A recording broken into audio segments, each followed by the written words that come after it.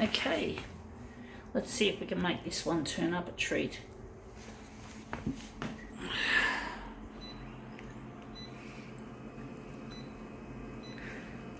I wonder how big this is going to be. We're going to try and make a guesstimate.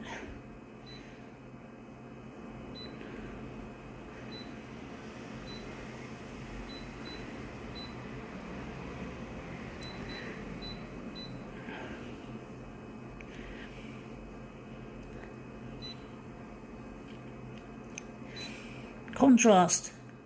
I think we're leaving that in the centre. Going to lighten it right up.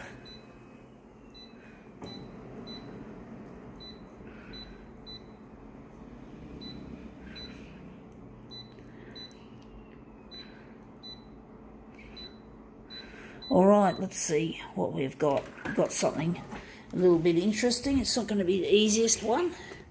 Danielle Steele, Amazing Grace.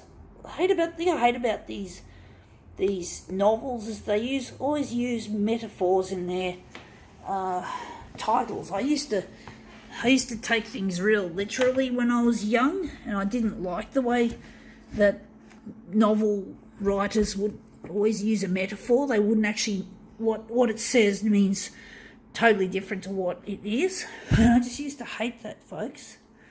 I used to really piss me off. Because if I liked the sound, liked what the heading was, if it referred to a hobby or an interest, I sort of would prick my ears up, but then I find out it's just a metaphor.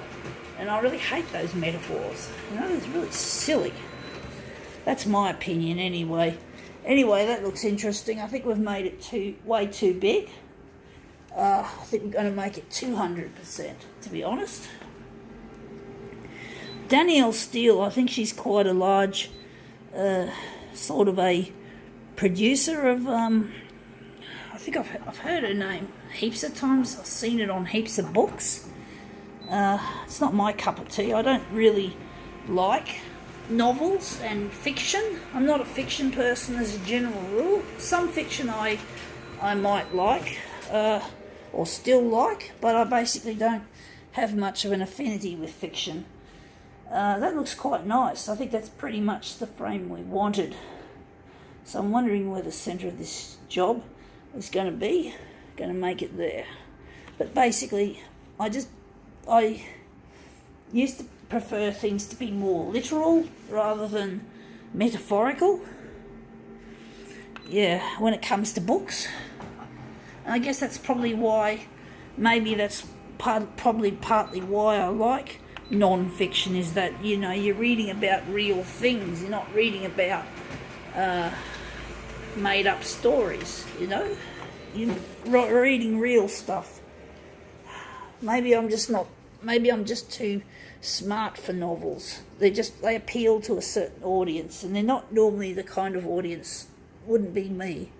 I'm just not into all that fiction stuff.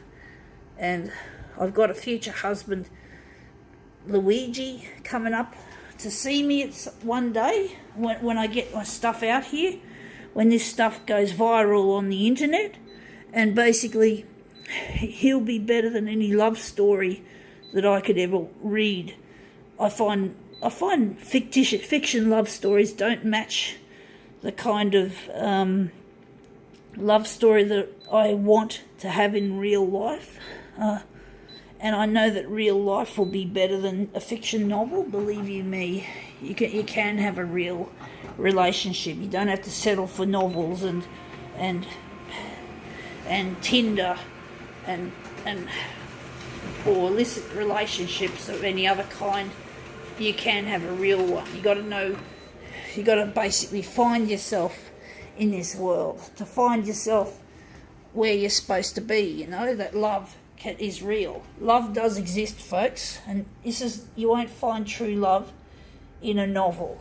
You know, a novel isn't going to be a substitute for the rest of your life.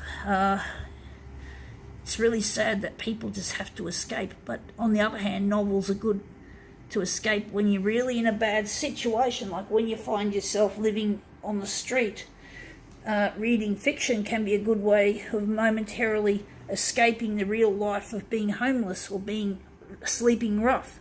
So it can be a good thing too. If you're sleeping rough and you have to deal with the harshness of reality, a bit of fantasy could go a long way to helping keep you alive. So yeah, there are pros and cons, but anyway, that looks interesting. I think now we can call this demo quits.